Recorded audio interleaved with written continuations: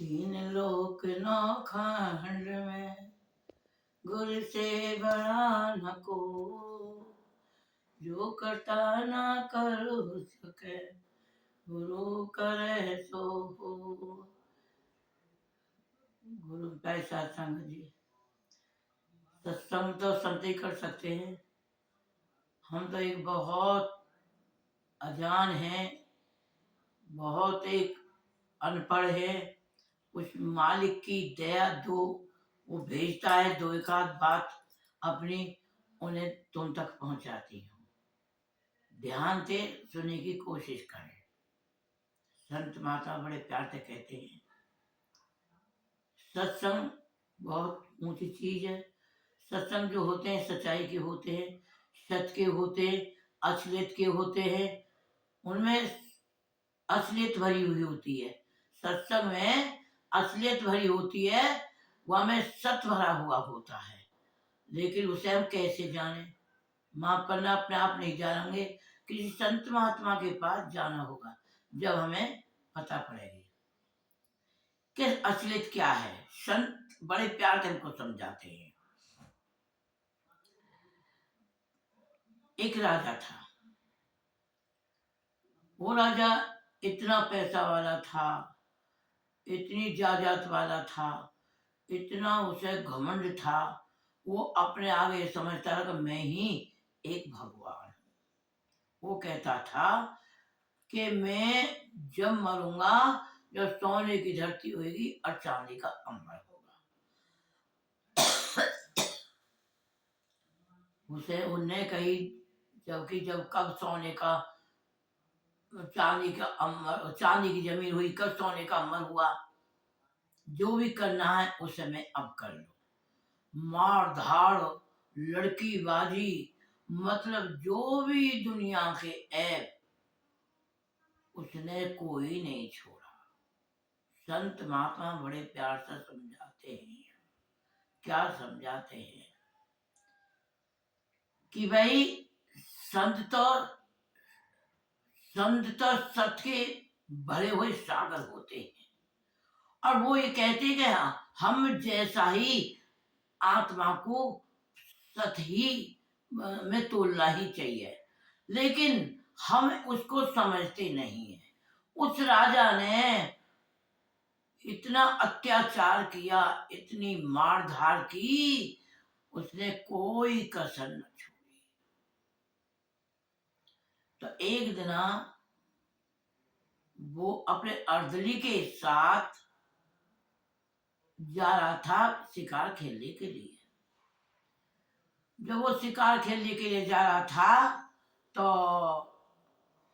वहां खेलते खेलते राजस्थान की तरफ, अब तो बहुत साधन हो गए हैं राजस्थान में, पहले इतने साधन नहीं थे। ना कोई पेड़ था, ना कोई पानी का इंतजाम था। अब तो बहुत अच्छे इंतजाम है। देखना संत महात्मा में किस तरह समझाते हैं। हम असलियत की तरफ चले, हम सत्य की तरफ चले, तो हमें परमात्मा भी हमारे तरफ लड़ जाएगा। और ऐसे इनको भगवान भी नहीं लड़ता है जब ज्यादा तो उनको दुख देता है। कहने लगा भाई लो करते के चलो। शिकार खेलने के लिए जब वो गए, तो वहाँ खेलते खेलते दूर पहुंच गए। नहीं वहां पानी का कोई इंतजाम है, ना कोई पेड़ का वहां इंतजाम है, वहां कोई किसी चीज का इंतजाम नहीं है। अब वो क्या हुआ, उस राजा को जी घबराया। उस राजा की एक से तबीयत खराब हुई। अर्दली तक कहने लगा भैया मेरे घोड़े को पकड़, मेरे घोड़े को पकड़, मेरे मुझे थाम, मेरी तबीयत कुछ अच्छा हो रही है। घोड़े को थामा, कहने लगा भाई मुझे पानी चाहिए। कहने लगा महाराज पानी तो है कोस नाम है, तुम्हें छोड़ के कैसे जाऊं। नौकर कहने लगा कि महाराज पानी तो दूर दूर तक नहीं है, कहाँ से पानी लाऊं। और चारों को नौकर बेचारा उसका अर्दली जो था परेशान हो गया, चारों तरफ देखता है। क्या देखता है कि कुछ छाया हो इनके लिए, कुछ भी हो, और इनकी बहुत हालत खराब है ये। अब वो क्या करा, अर्दली ने घोड़ा में जीन उतार करके नीचे गिरी और जो मुकुट था वो उसके मुंह पर लगाया। कहने लगा, ओहो, मुझे तो सोने का मर दिख रहा है और चांदी की जमीन दिख रही है, क्योंकि नीचे तो वो उसपे जीन पे लेटे हुए थे, ऊपर सोने का मुकुट लगा हुआ था। अब कहने लगा, भैया आप मुझे मेरी माँ से मिला दो। अर्दली से वो राजा कहने लगा। तो बड़े प्यार से यहाँ राजा ने बड़े प्यार से कहा है कि जब तेरी डोली निकाली जाएगी, बिन मुहूर्त के उठा ली जाएगी। जब तेरी डोली निकाली जाएगी, बिन मुहूर्त के उठा ली जाएगी। जब तेरी डोली उठा ली जाएगी। मौत का किसी को भी भय नहीं है, नहीं मौत का डर है और ना मौत की खबर है। कब हमारी ये मौत आ जाए। संत महात्मा समझाते हैं कि मौत 24 घंटा साथ रहती है। तो बड़े प्यार से कहते हैं, यहाँ सिकंदर राजा की कहानी है ये। क्या कहते हैं, हे मुसाफिर क्यों अकड़ता है यहाँ, हे मुसाफिर क्यों अकड़ता है यहाँ। ये मिला तुझको किराए का मकान, कोठरी खाली करा ली जाएगी। जब तेरी डोली निकाली जाएगी, वो बिन मुहूर्त के उठा ली जाएगी। जब तेरी डोली निकाली जाएगी।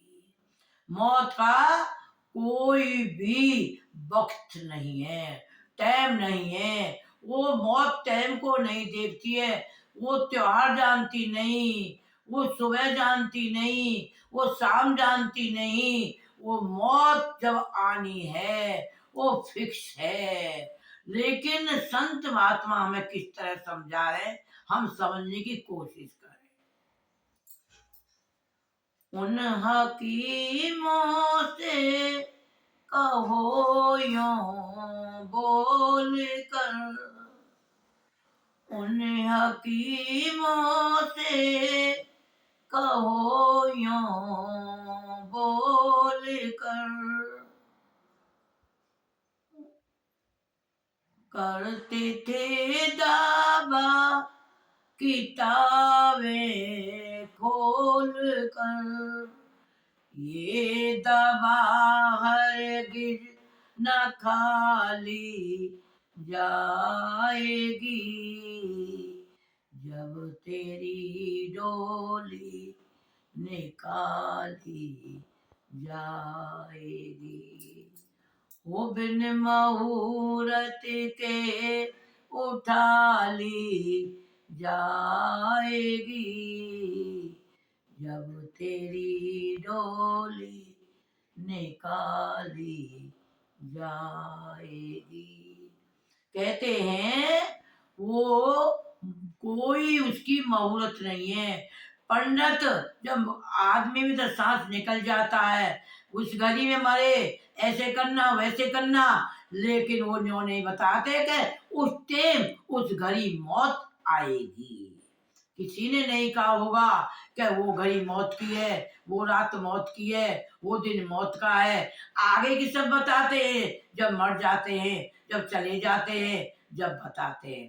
तो हकीम डॉक्टर करते हैं ना कि मैं दवा देता हूँ, बिल्कुल ठीक है जाएंगे। तो कहा हकीम ने, ये दवा मेरी बिल्कुल ठीक कर देगी, चिंता मत करो। ये तो ये दवा हर किसी ने खा ली जाएगी जब तेरी डोली निकाली जाएगी।